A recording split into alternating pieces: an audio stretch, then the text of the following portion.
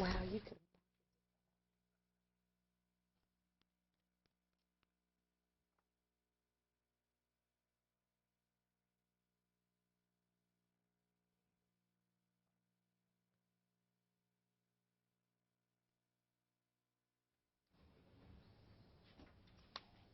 Verizon time. Is Verizon the official time? Zulu time. 5:30. I'd now like to call this February 17th, 2011 Cookeville City Council meeting to order. Could we have a roll call, please? Councilman Anderson, Present. Councilman Woodford, Present. Mayor Swallows, Present. Vice Mayor Epps, Here. Councilman Albright, 4 present, 1 absent. Thank you. If everyone would stand for a moment of silence, followed by the Pledge of Allegiance, please.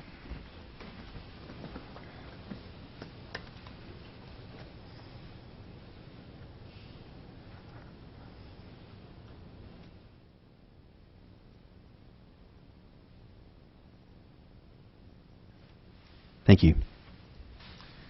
Pledge allegiance to the flag of the United States of America and to the republic for which it stands, one nation, under God, indivisible, with liberty and justice for all.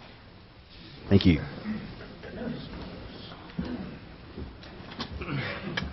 All right, item 1, consider approval of agenda as presented. We need to add, I guess it'd be item 10, Okay. receive a report from the police department on plant food and bath salts.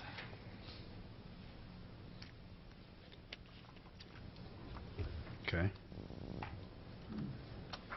Have a motion for approval? So Motion. moved. Second. Motion and second. Call for the vote. 4 yes votes, motion carries. Thank you. On to the old business. Item 2, consider approval of minutes of council meeting held on February the 3rd, 2011. Motion for approval. So moved. Second. All right. Call for the vote. 4 yes votes, motion carries. All right, on to item 3. Hold a public hearing and consider on second and final reading ordinance 0110202, amending the zoning code relative to retail package stores, retail beer sales locations. Sponsors Mr. James Mills. Mr. Mills?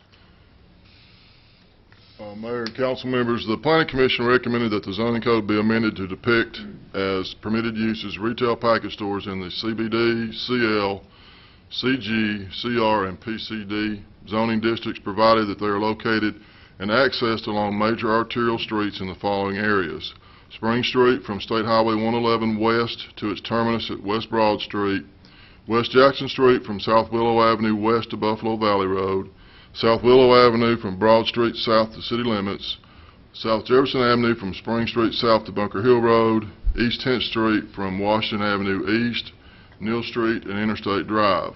The locations would also be subject to compliance with the applicable provisions of Title 8 of the Cookeville Municipal Code.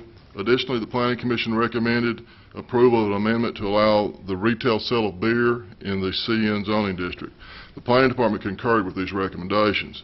The City Council at first reading of this ordinance approved the inclusion of North Washington Avenue from Broad Street north to East 12th Street and the extension of the area along South Jefferson Avenue to Henley Drive. We have received a number of calls, primarily regarding the amendments made at first reading. If you've got any questions, I'll be glad to try and answer them. Thank you, Mr. Mills. We have a motion for approval. I move to approve ordinance number 011-02-02. Do you have a second? Second. I'd like to, Mr. Mayor, Yes, sir. I'd like to make a motion to amend the motion to move the southern boundary of South Jefferson from Henley Street to Interstate 40, which will allow package stores on South Jefferson from Spring Street south to Interstate 40, and to move the southern boundary of South Willow to Interstate 40, which will allow package stores from Broad Street south to Interstate 40. Do you have a motion? Second. For clarification, you're talking about the north margin of Interstate 40. Yeah, Correct. yeah. I-40 being the boundary, southern boundary, north of I-40 on Well, I both don't think the Jefferson. state's gonna let you put one in the middle of the interstate property, you know? We could try. I don't know, but I think they'd frown on that. We have to dot our i's and cross our t's, though. Do you have a motion for approval? He moved, I seconded. Okay. Thank you. Discussion from the council? Discussion from the audience? Mr. Taboo?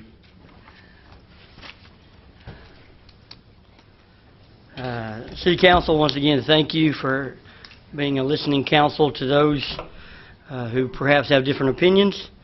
Thank you as well for inviting us into the planning sessions.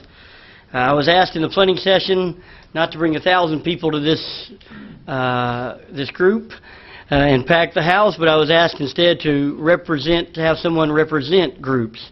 So that is what I've done. I would like to read to you an email that I believe was sent to you by the president of Tennessee Tech University. I asked him to copy me on it and asked his permission to read it. He granted me that permission.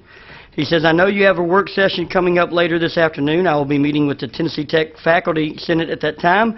I will be unable to attend your meeting. I wanted to express my concern about the decision to extend zoning for liquor stores to North Washington. I was very comfortable with the Planning Commission's recommendations to limit this zone to south of Broad Street and would urge you to reconsider and move back to this recommendation. I just do not think it's a good policy to locate a liquor store within walking distance of the TTU campus. The Prescott Middle School properties, which we own, will eventually have campus buildings on that site. So you have the leader of the largest employer of Cookeville, Tennessee, who is the responsible for the welfare of over 10,000 students, requesting that we move it back to Broad. I believe that carries a lot of weight. We have the Planning Commission that recommended leaving it at Broad, who is included upon that, Dr. Volpe himself, who was the former president, and as Dr. Bell says, representing those two leadership, there's over 23 years of leadership at Tennessee Tech, our largest employer, requesting that we leave it at Broad. I have also spoken to Joe Wiles, the interim director of missions of over 41 churches, the Baptist churches here, requesting to be quoted in the same way, that he would like to have it left there. Bobby Davis, First Assembly, Bobby Sebastian, myself, Lee at Stephen Street, myself. We have three representatives of three college ministries. They represent over 500 students. We have over, if you include all the students. Now, obviously, Dr. Bell is not speaking for all the students. I am not speaking for all the Baptist churches or any of the other churches. But you asked me to present leaders who represent those people, so therefore I'm doing that. If you add all those people up, you're talking over 10,000 college students, over 10,000 in the churches that were listed, including all the Baptist churches. And I would just say, I believe if you want to move it past Broad, I have not heard any other citizen speak for that. I would ask, can the council please give us reason that we would go against all these leaders that you wanted to hear from as to why it's so important to go and put it so close to Tennessee Tech. Thank you. Thank you, Mr. Taboo. Any discussion from the council? Yeah, I'd like to address that, and I respect your opinion. Personally, this has been a long ordeal trying to come up and make compromises and do the right thing for what is best for Cookeville. Concerning North Washington and the area of 10th Street, the corner of Washington and 10th, that area has been commercial for quite a while. I'm going to say 50 years plus. And it is on two major arterial roads, which is our criteria, North Washington and 10th. Personally, I just think that, I don't think of that being as part of the tech community, even though it abuts next to the property. Tech seems to be more aligned to the southern part of the boundary of the university and toward Willow. I know we're getting into subjective and what people's bias and opinions are. I believe also the people that own that property have been good citizens to Cookeville. If you're a property owner and you have a piece of property that is zoned commercial and is on a major arterial, and which is the criteria that we came up with to allow package stores to be in Cookeville, and if you desired to put one there yourself or to rent property to an individual that wanted to do this, I don't think, me personally as a city councilman, should get in the way of a property owner if they wanted to do that. They're not violating the law. This has passed. It is legal. It is a legal business. I respect Dr. Bell and Dr. Volpe. I just disagree on this opinion that they have. We're walking a fine line, you know, where people want government to be involved in their lives, to have regulations, and at the same time have a laissez-faire, you know, let things be, you know, what they may, and not have any regulation. So we're walking a tight line between regulating and not regulating. I do respect the people who come forth, and like yourself, that do not agree with me on this. At the same time, I believe I need to be fair with everybody. You know, you're talking about, you've heard people, I would say there's quite a majority of people that are in two categories. One, that are pro and have voted such for package stores, and two, people that are indifferent. And in this case, they are, I would consider, a silent majority. That's just the way I feel, and you know, I respect you and your opinion being opposite of mine, but I, you know, thank you for, you know, expressing your opinion. But I just feel it's fair to allow this to be on Washington in this particular area. And once again, I've said this so many times in all of our meetings, to put in a liquor store, there are so many stipulations. And tonight, Mr. Shipley handed all the council members this, which is the application documents for somebody to try to get a liquor store. And, you know, and I do know about zoning. I know that if you open it up, it's possible that it could go there. But also, it's possible that whoever owns that property would not be able to meet the criteria to put it in, or even have the desire to do so. And I'm going to have to agree with Mr. Woodford.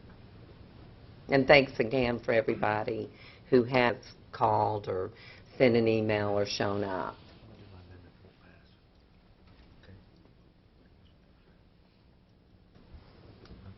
Just ask a question. Mr. Mayor, if I may, I just ask a question of clarification or Robert's rules, I guess. Let me just to state my intention, and we can go from there with guidance. I appreciate the council's choice to remove, to make the southern border just north of the interstate. Okay. However, I would like to make an amendment to remove Washington Avenue. When is an appropriate time for me to do that? I think you have to vote on this amendment Yeah. first, and then you can make your amendment. I don't think you can amend an amendment. Right. Okay, so this amendment has to be acted upon, and then you can offer any other amendment to the principal ordinance that you want to. That's fine. All right. Thank you. Thank you. We're grateful for Mr. Rader. My high school parliamentarian procedure doesn't stand up too well. I'll speak to the amendment on the table. Mr. Taboo, first off, I want to say thank you for everything you've done. Whether you realize it or not, see this map, you've helped shape 99% of that map. You've done a great job. You've really helped us. We asked for help, and you came and you helped, and we really do appreciate that. I'm going to agree with Councilman Woodford and Councilman Anderson. I guess just agree to disagree. I have heard from several residents live in the northeast sector of Cookeville, and exact words were, once Friday rolls around, I leave my office building south of town there, and I go home, and I don't leave that area. I eat there, I shop there, I live there, and and their expression to me was, I would like to be have more access to a package store, to go down the street and buy a bottle of wine if I want to. They don't.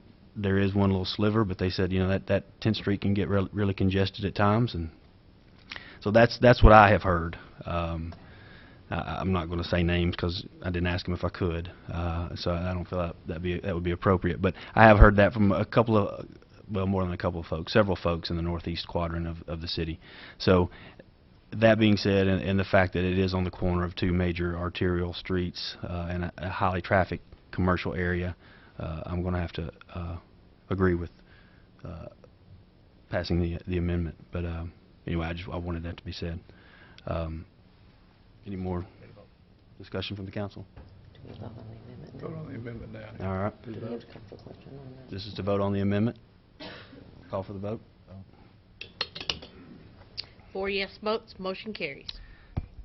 Now, Mr. Mayor, would it be appropriate for me now? I'd like to make an amendment to the recent A motion to amend. motion to amend to remove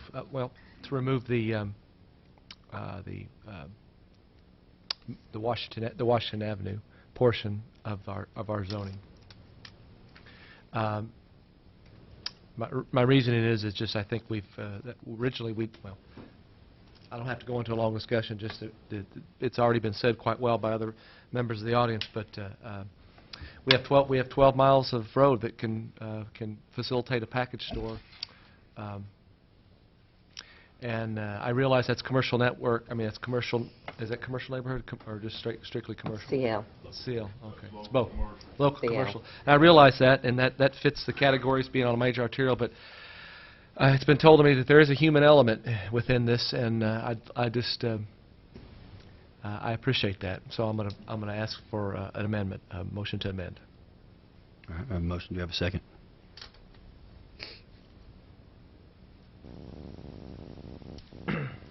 All right, with no second, the motion fails.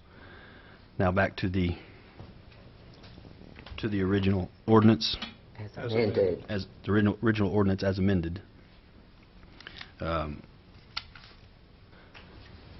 we have any more discussion from the council? I'm very pleased with the way this has shaped out, and I feel like that people have been heard, we've listened. There are times when, even when you listen, you disagree. And definitely, if I could say anything about my tenure here on the City Council, I have to applaud the members of the Planning Commission, Jim Shipley and his staff, Mr. Rader, my fellow council members, in putting their nose to the grindstone on this and other issues and taking them very seriously. We're talking about the people of Cookeville and their tax dollars, and so I'm very pleased with how this has been meted out and hammered out, and boy, we have beat it to death, haven't we? So that's good. That's good. All right, any other discussion? All right, call for the vote.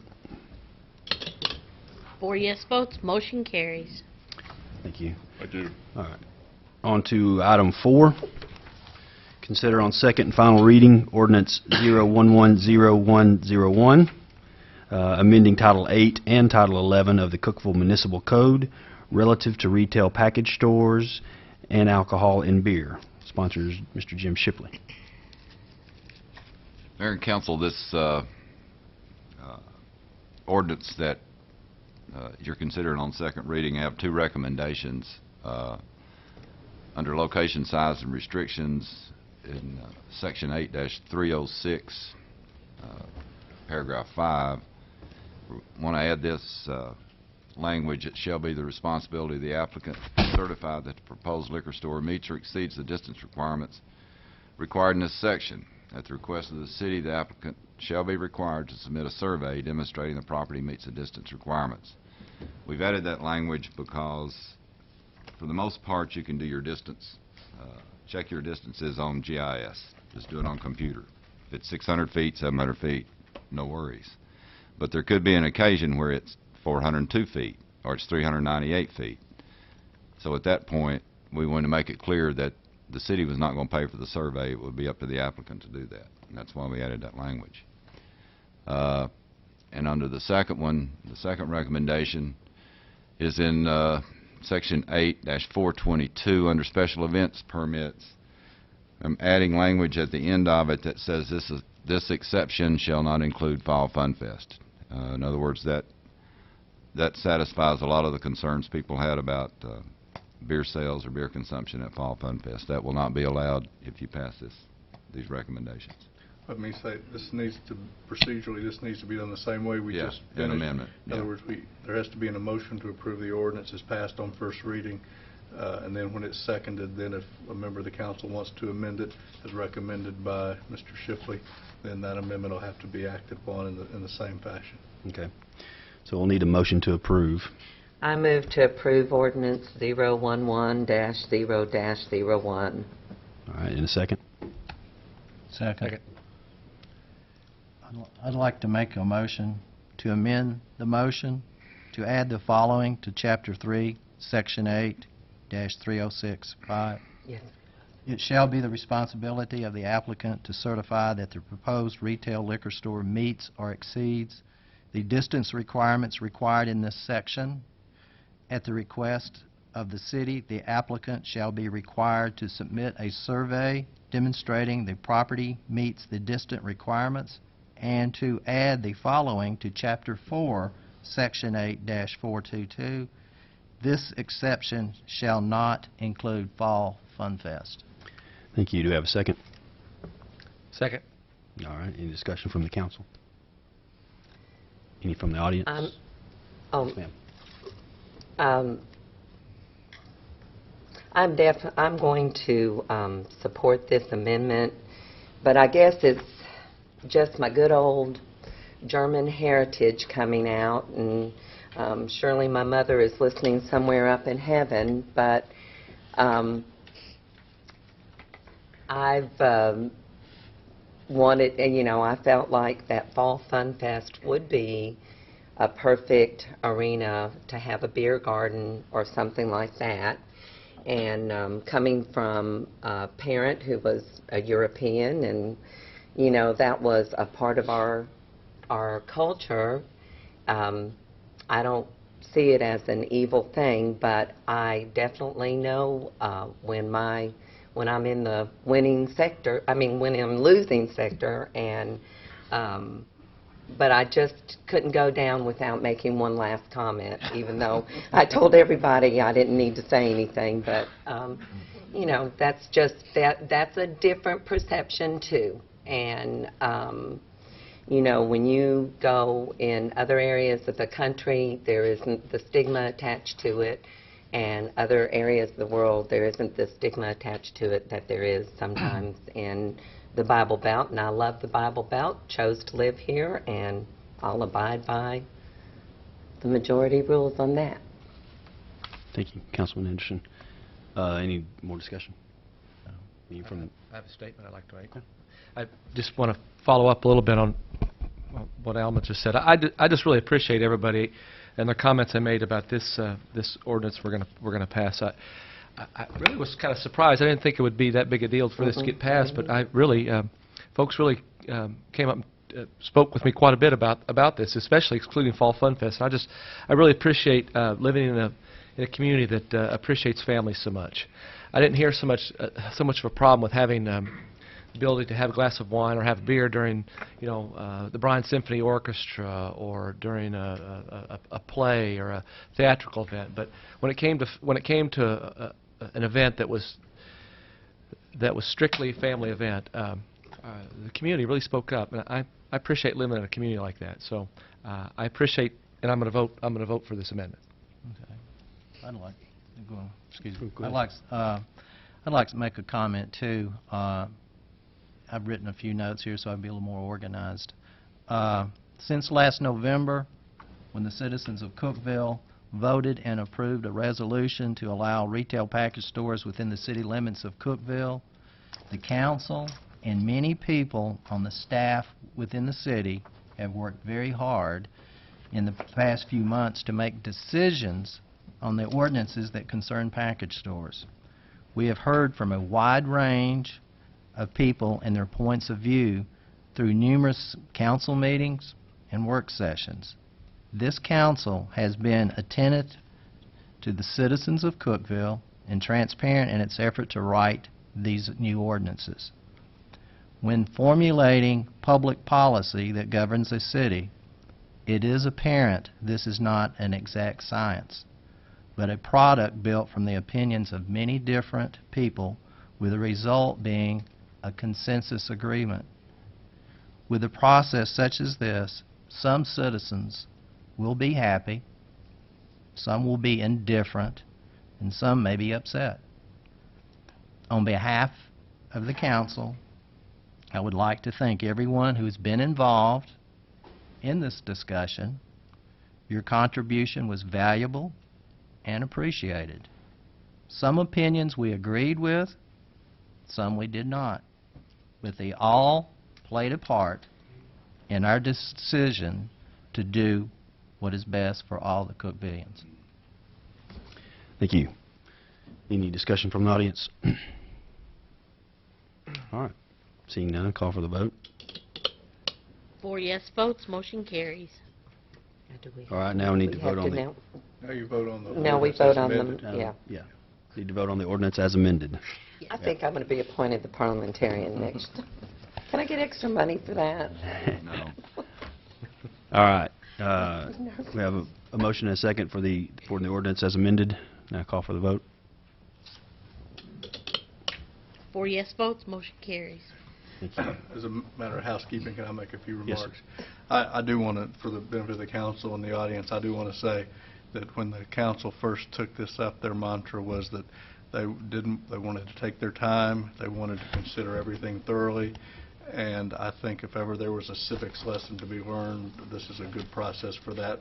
As it went through the Planning Commission twice, as it came to the City Council, as it went through the work sessions, and I agree with Mr. Woodford. I don't think everybody's going to be happy, but I think if you look at the map and look at the restrictions that the council has chosen to put on the location and the operation of these prospective package stores, that everyone should be very pleased with the democratic process and that they were heard and had an opportunity to present their views, and this council did listen to everybody that did express that.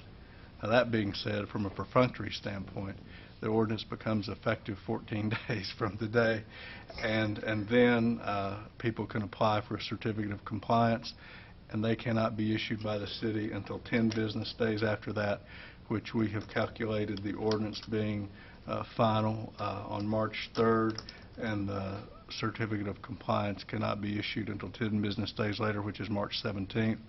And if you contact Mr. Shipley's office and you submit your application for a certificate of compliance, then Ms. McLean or Mr. Shipley will schedule you to go before the Alcoholic Beverage Control Board to be approved by them. So that's the...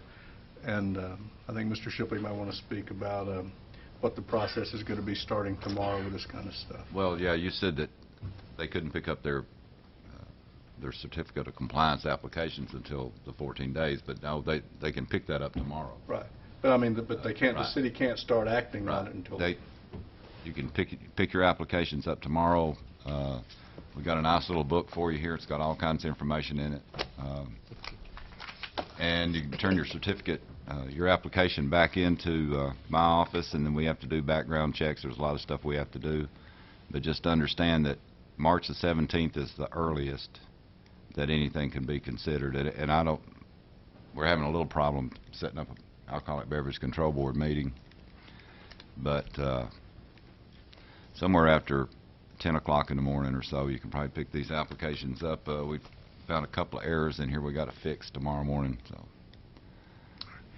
And then after you get your certificate of compliance from the city, then you make formal application to the state, and they have those rules and regulations are set forth in this book that we did put together, but their timetable will be up to them, and we can't speak to what that might be.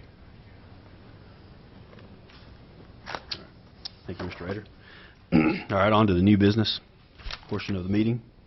Item 5, consider Resolution R01102001, requesting the Tennessee General Assembly amend the TCA Section 57-4-102 to allow the sale of alcoholic beverages in the Cookeville Performing Arts Center. Sponsors Mr. Jim Shipley.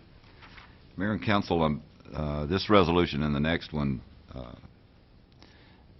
right now, the ordinance that you passed, you can serve beer, be able to serve beer with a special events permit at the Performing Arts Center. It takes state legislation to allow you to serve wine.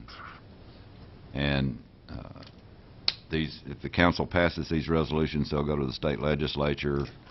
And I mean, if you've ever looked at Title 57 of state law, Chapter 4, it's got 10,000 different little caveats for all these different communities based on their population, et cetera. And that's what we have to do if we want to allow that at the Performing Arts Center. And I would recommend your approval. All right, motion to approve. So moved. Second. All right, any discussion from the council? No. Any discussion from the audience? All right, seeing none, ask for the vote. 4 yes votes, motion carries. All right, on to item 6. Consider Resolution R01102002, requesting the Tennessee General Assembly amend the TCA Section 57-4-102 to allow the sale of alcoholic beverages in the Cookeville Dogwood Park. Sponsors Mr. Jim Shipley. This is basically the same reasoning for events like the concerts in the park. If somebody wants to take a bottle of wine and sit on the grass and drink it. And once again, you have to be specific, try to be fairly specific that your facility meets that criteria. And that's what this language does, and it's based on our 2000 federal census. Both resolutions are. Any city with a population of 23,900 or 24 or no more than 24,000. And we've checked, there weren't any other cities that fell in that, so I would recommend your approval. All right, motion for. So moved. Second. All right, any discussion from the council? Any from the audience? Seeing none, all vote.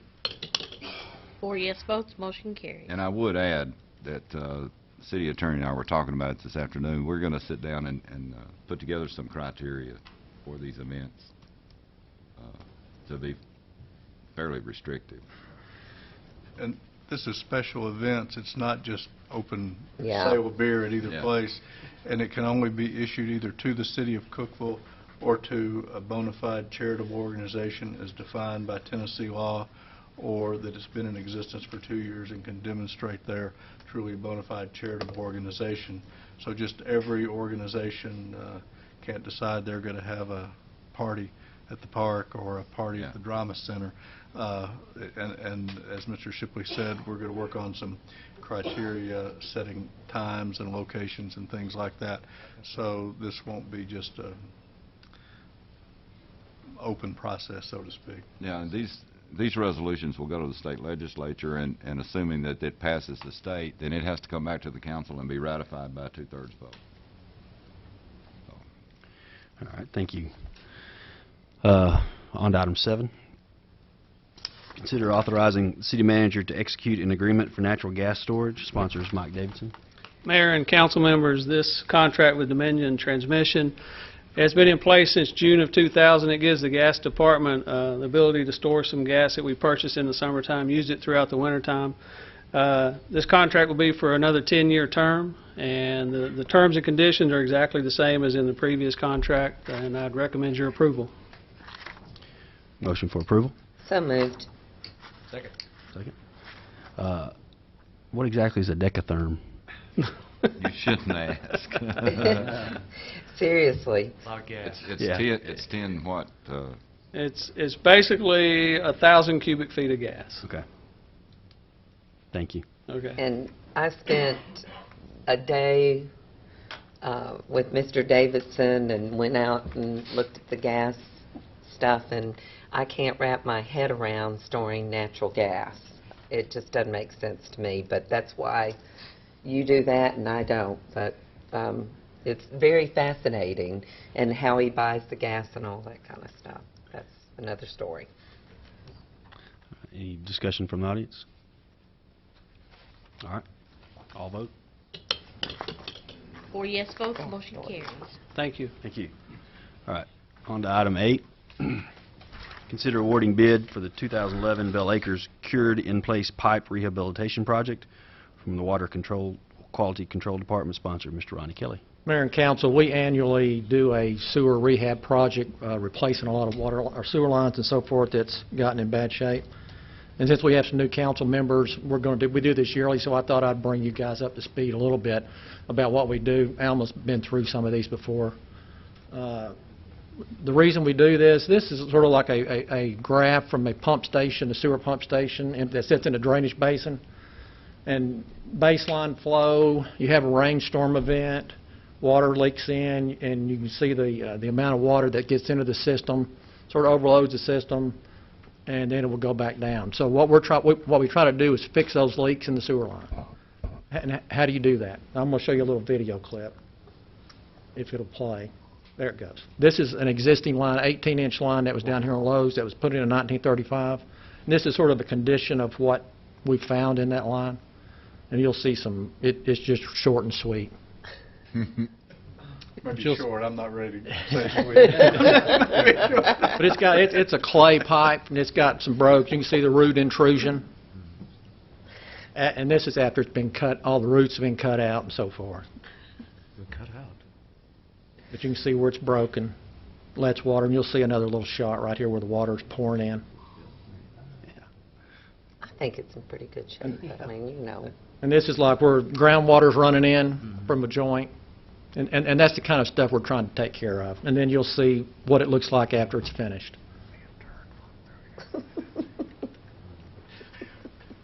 And this is what the line looks like after it's been lined. It's lined with the fiberglass top liner, and so you've basically got a brand new pipe. You can thicken up that liner if you need structural integrity to the pipe, and so that's what you see afterwards.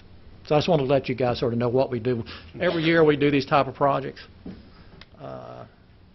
This is the area we're going to work in this project. It's in the Bell Acres drainage area. And the lines in red is the ones we've identified that we've put out to bid, and we've taken those bids.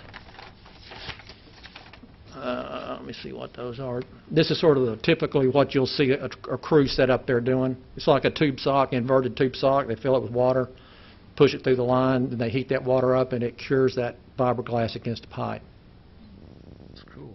The project, S&K Construction was a low bidder, $331,695. We'd recommend approval. Thank you, Mr. Kelly. Do I have a motion for approval? So moved. Second. All right. Any discussion from the council? Well, Mr. Kelly, at our work session, we were talking about what this was, and you've, Well, I know I Just touched show on us. it just a little bit, because we'd be seeing it. yeah, that's pretty interesting. Any discussion from the audience? All right. Seeing none, ask for the vote. 4 Thank yes you. votes, motion carries. Thank you, Mr. Kelly.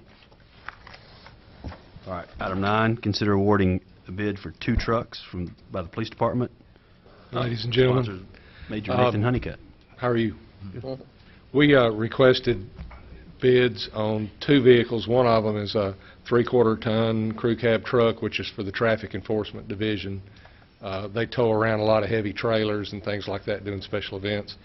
The other is a half-ton pickup truck, which is for the Animal Control Officer. He's currently driving a vehicle that was actually, it was a drug seizure, and it had been sort of retrofitted to be an animal control vehicle, and it's on, I believe, its 3rd motor, and it's in pretty bad shape. We're recommending that we purchase both of these vehicles from Alexander Ford, a local dealer. It's the lowest alternate bid in the one case, which saved us about $1,500. And in the other, they were $38 higher than a bid from a Memphis auto dealer, and we want to buy it locally. Yeah, definitely. Thank you, Major Honeycutt. Do I have a motion for approval? So moved. Second. Any Discussion from the council? No, I agree with the buying locally, and, you know, for $38 difference, by the time you moved it from Memphis to here and all that kind of stuff, it'd be more, wouldn't it, probably? Gas Yes, ma'am. alone. Yeah, yeah, so definitely want to support local businesses.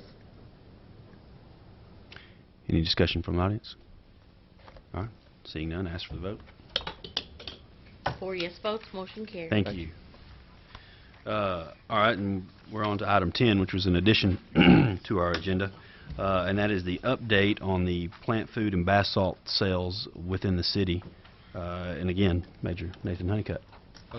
Maybe the best thing I could do is really just give a real executive summary and then just try to answer some questions. And I'll make sure, I know that you understand, I'm not an expert on this. We relied on Dr. Sullivan Smith. He called that to our attention as they started seeing patients in the emergency room by their own admission who had ingested these substances in a variety of ways and were seeing some really serious complications. I think the most common thing they were hearing that the people that he was seeing thought they were going to die, that it was really making them sick. We had already been looking at some of the local retailers in town that were selling what generally gets called herbal incense. Its street slang is it's a synthetic marijuana that has been altered just enough that it does not fit the definition of the legislation that the State House passed for what was called K2. So it was still on the shelves. It was being purchased. Really surprised us how much of it was actually available. We did an informal survey based just on places where we had complaints to see what they were actually selling, and were able to purchase it in all 4 places. And we did a little bit more formal evaluation this week as we were doing alcohol compliance checks. We did those in conjunction just for efficiency. And we were able to purchase the posh, which is the synthetic marijuana, in 4 of those places that we went to, and we purchased the plant food under a variety of names from 5 of the places that we went to. We did get some feedback from some of the merchants that had taken it off their shelves, and we were really glad to hear that. We've sort of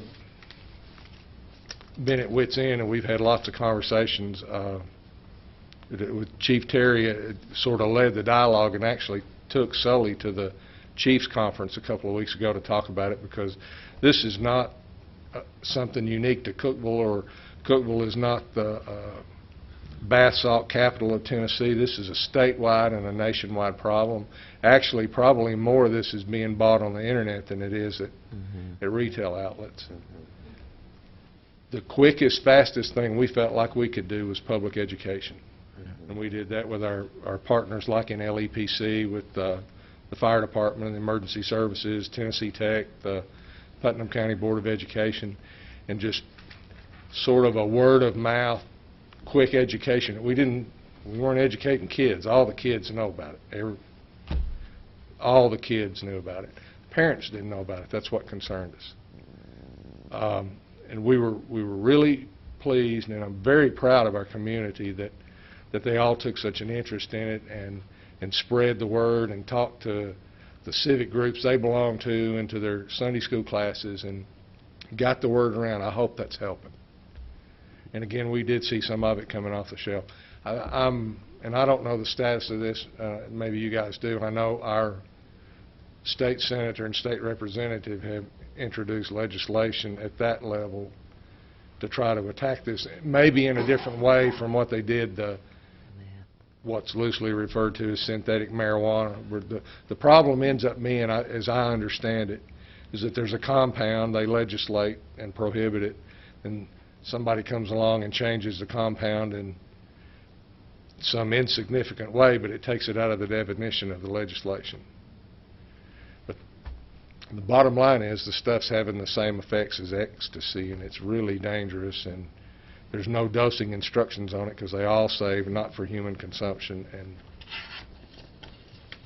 I know, being an educator, back in December, I went to a conference and spent 2 hours being educated on this. And you're right, a lot of the problem is students, young people, they have so much more savvy about the internet than their parents do, and parents aren't aware that their young people are getting these things. And I appreciate the articles in the newspaper, things that you've done to tell people. And the scary thing is it's all chemicals, and all they have to do is adjust it by one little chemical equation, and then it changes the makeup of it, and it's no longer illegal, like you were talking about.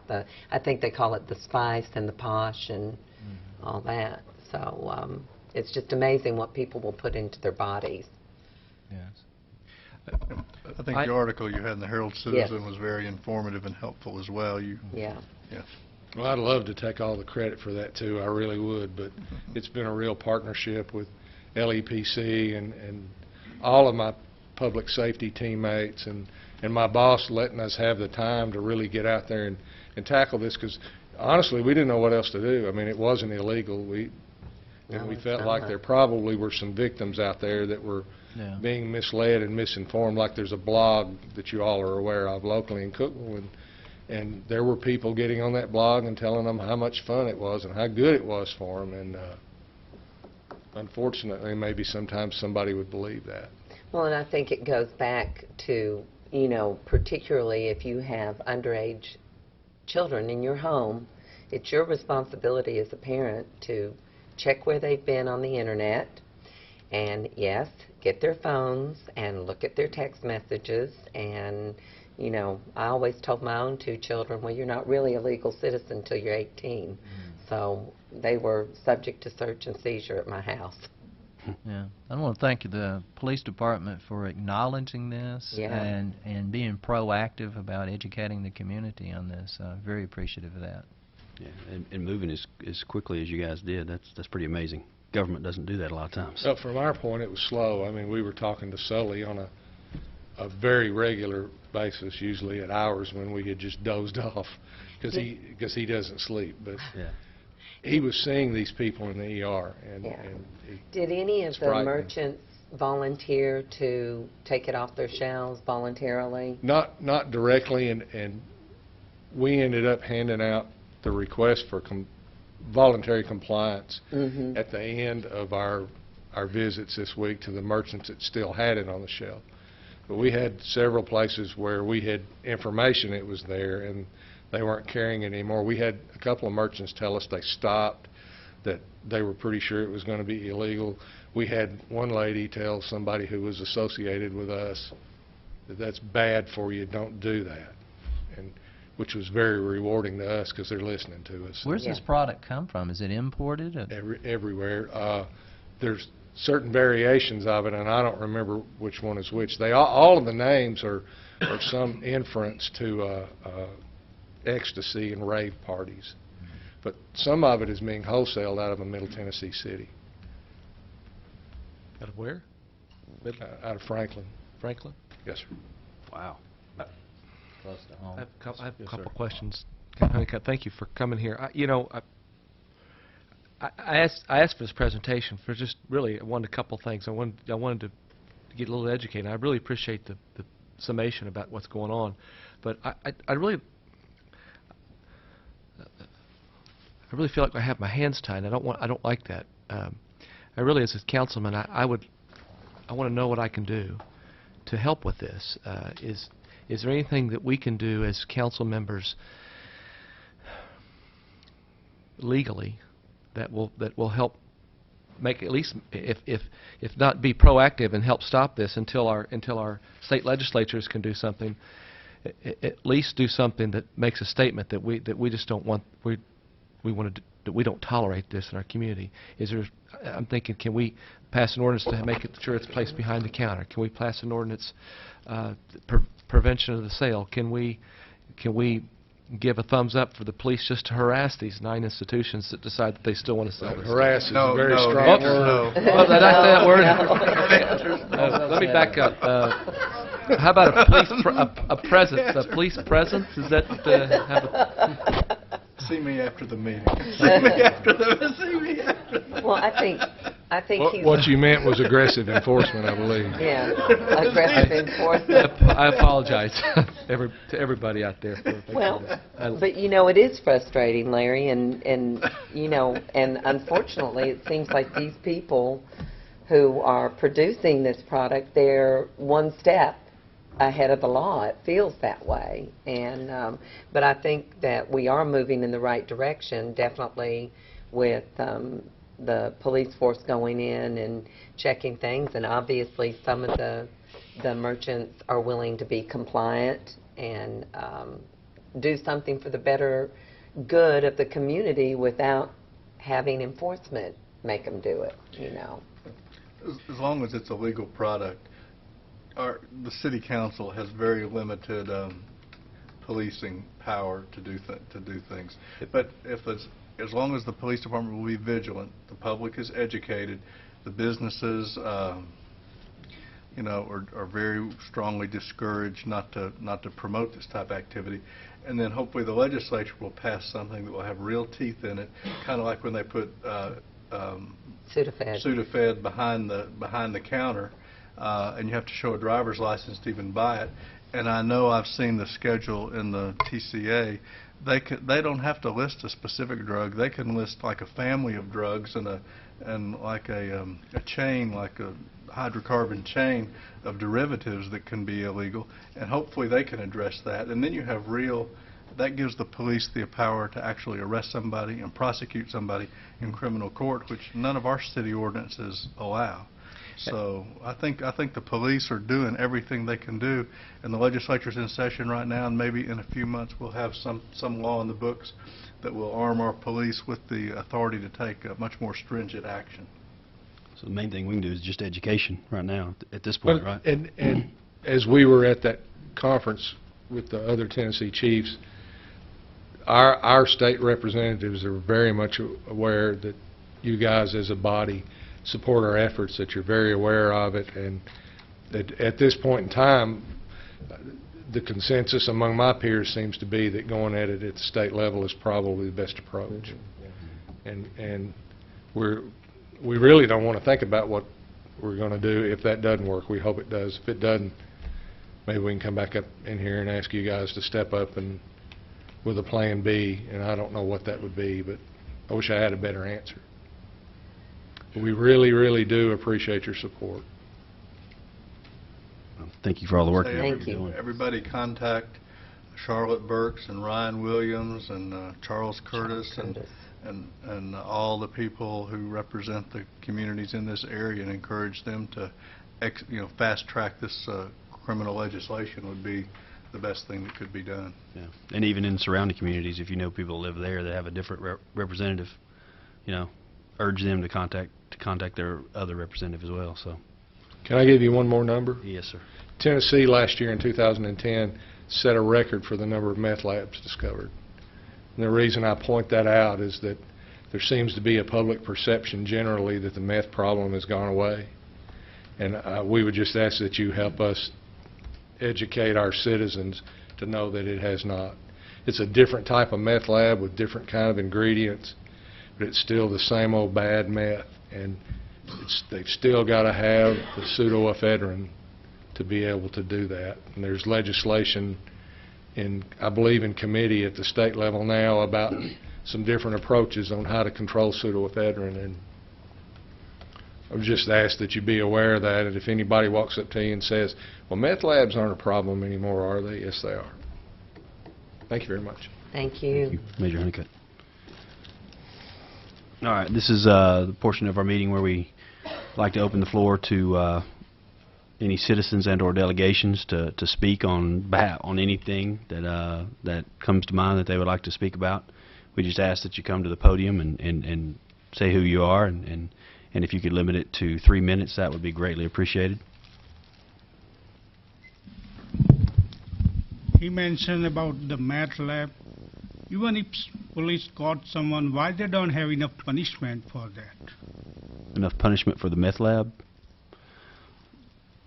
Mr. City Attorney, could you Well, it's answer that up one?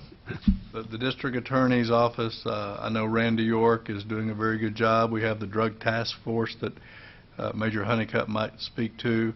And but when it gets into the criminal court system, it's really up to either the evidence that they have, the results of a jury trial, and then Judge Burns or Judge Patterson have sentencing guidelines and statutes that they have to follow, and that would have to be answered on a case-by-case basis. But all of these organizations do have laws they have to follow, both with respect to finding people guilty and with respect to the sentences they can hand out when they are found guilty, and that's way past this council's legal authority to monitor. But I'm sure Major Honeycutt could tell you about the drug task force and all the work they do to investigate this, and I'd contact General York's office if you wanted to have any specific concerns or suggest any particular investigations where you might know of some activity that you want them to pay particular attention to. Thank you, Mr. Rader. Anyone else? Mr. Taboo? I would just like to say to the council, thank you so much for as our city attorney said, for not rushing through this and wrestling through this. I know that would have been a much easier solution, and so I appreciate you taking the time to listen. I want to thank you also for honoring Mr. Larry Self and the years that he's put into this community, and I know it was a great blessing to him that the thing stopped at the interstate, and I thank you for that. I greatly thank you for that. Of course, you would know that I am saddened by the approval of the liquor store. As you said, Mr. Woodford, we'll agree to disagree on that. And I just want to close with a question that I think, Mr. Shipley, perhaps you could answer me. As you said multiple times, your hands have been tied as city council because the liquor referendum was passed. I just want to ask hypothetically, if somebody wanted to cheer a direction to have that overturned, is that a simple majority, and how would somebody hypothetically go about doing that? To have what overturned? The liquor referendum to remove liquor stores from our community. State law is pretty specific on that, and I probably need to let the city attorney. I have, since that was passed, nobody has asked me to look to see how to repeal it, and I honestly don't know, but it's in TCA 57-3- Chapter 400, and about local option and how that's done.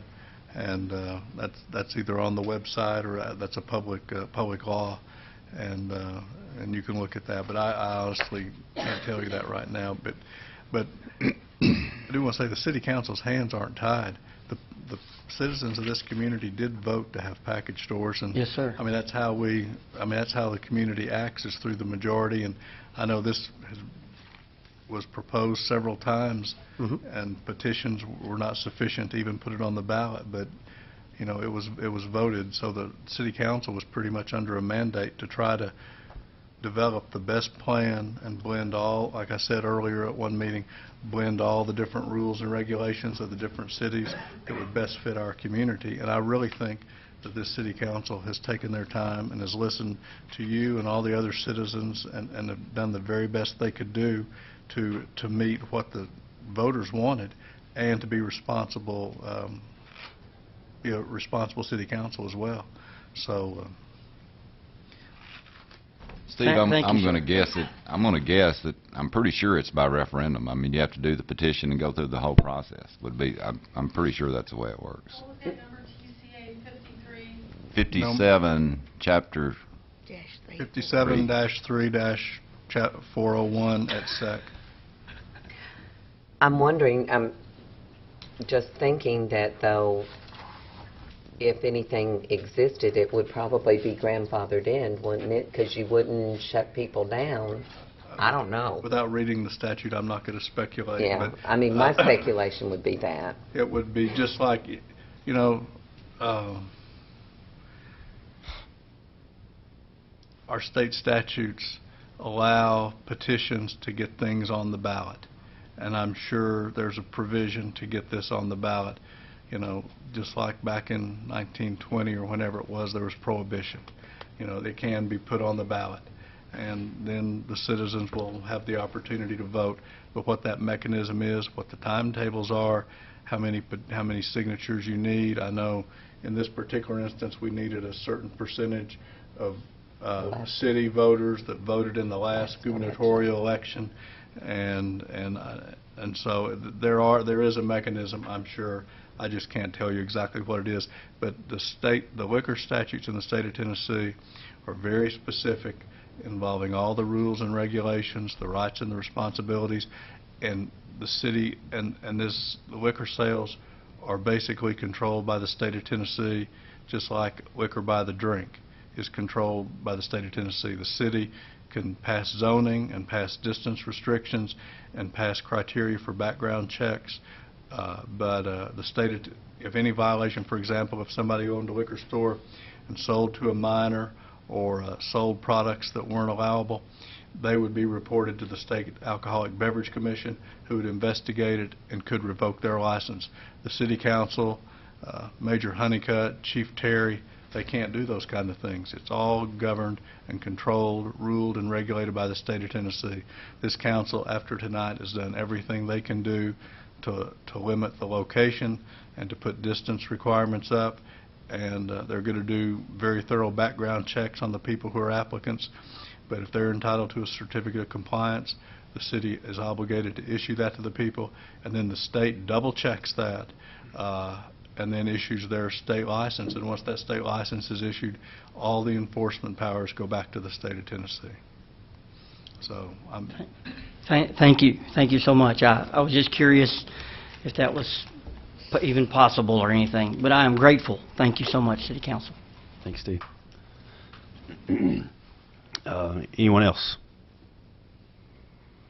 Anything from the council? Move adjourned. Certainly, we're getting ready to, when is is Rick Woods in here? Oh, when is the kickoff for, I've read about it, that the city, we're all going to try to get healthy. Okay, whoops. Alma's a little bit behind. Okay. I think it's great that the city has instituted that policy, trying to encourage the employees to be healthy and do things to help their blood pressure, weight, etc. Dogapalooza is coming up in April 2nd. That was fun last year, taking your dog up to Dogwood Park and participating there, and you get to see really well-behaved dogs and dogs like mine who aren't so well-behaved. But just as the weather gets nicer, let's hope we have no more winter and that we keep enjoying this gorgeous weather. Dogapalooza? Dogapalooza's in Dogwood. It's in Dogwood Park. Yeah. And you register, you pay them. Sorry, It's, we were confused. no, Barkin Park is all good. That's all good. Yeah. And that's in the fall. This is in the spring. Dogapalooza How's the judge? at Bark in the Park. Right. Anyone else? I move we adjourn. I'm going to say one thing. I want to say, sorry, Vice Mayor Epps. I just want to say thank you to everybody that has emailed us, called us about this package store referendum. It was a big deal. It is a big deal. We've treated it as a big deal. You know, we spent countless hours on discussion on what to do, how to do it, and we have listened, and I hope we've done a good job with this. But I want to say thank you to everybody that has voiced their opinion and helped us make these decisions, because you know we were put here to listen and to try to do what we feel is best for the community by listening to you guys. So I really hope we've done that, and I hope it's something you guys can be proud of, because I think as a council we're proud of it. So it's just something we hope you guys will be proud of as well. But it's something like Mr. Rader said. It's a lesson in civics, because it truly was going back and forth as much as we did, and I appreciate the fact that we did that, and I appreciate the Planning Commission and James Mills' work that he has done, because we've tossed this around a lot and got a lot of opinions, And again, I just hope you guys can be proud of us and proud of this decision as well. I'll stop my long-windedness. With this nice weather, just get out and get moving this weekend. Let's take advantage of it before snow comes again. This meeting's adjourned. Thank you.